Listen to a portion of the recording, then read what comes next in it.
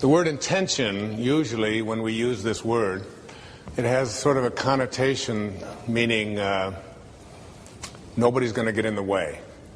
I intend for something to happen. I'm going to make this work no matter what. Regardless of whatever opposition I encounter, I intend to make it happen. I'd like to offer here to you something that may change the way you look at things completely in terms of this idea of intention. Rather than thinking of intention as something that you are going to do, because the implication behind that is that this is the ego. This is the ego at work. And the part of me that says, I am going to make it happen. I've come to a place in my life now at the age of 63 where I finally realized that I don't write the books, that there's an energy that is working through me, whether you call it source or God or spirit. It doesn't make any difference what you call it.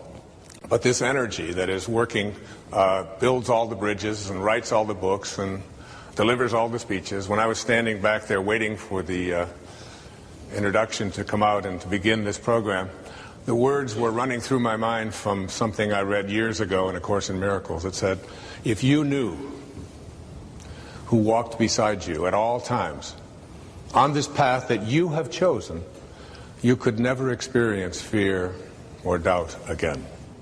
If you had this knowing that there was a source, that there was something that was available to you that is responsible for all of it. And in the writing of The Power of Intention, I remember sitting down to start this book on a specific day, happened to have been Pearl Harbor Day, December the 7th.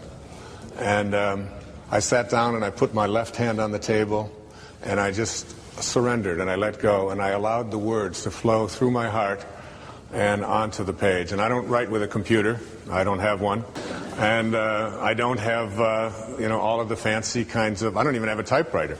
I just allow the words to come through me onto the page.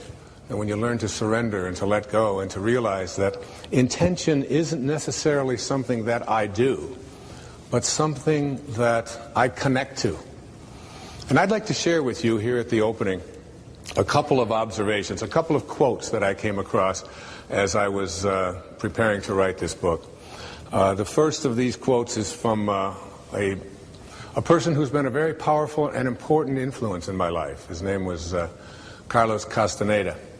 In the universe, there is an unmeasurable and indescribable force which those who live of the source call intention. And that absolutely everything that exists in the entire cosmos is attached to intent by a connecting link. And then he goes on to say, sorcerers are not only concerned with understanding and explaining that connecting link, but they are especially concerned with cleansing it of the numbing effects brought about by all of the concerns of living at ordinary levels of consciousness. Very important and powerful words to consider.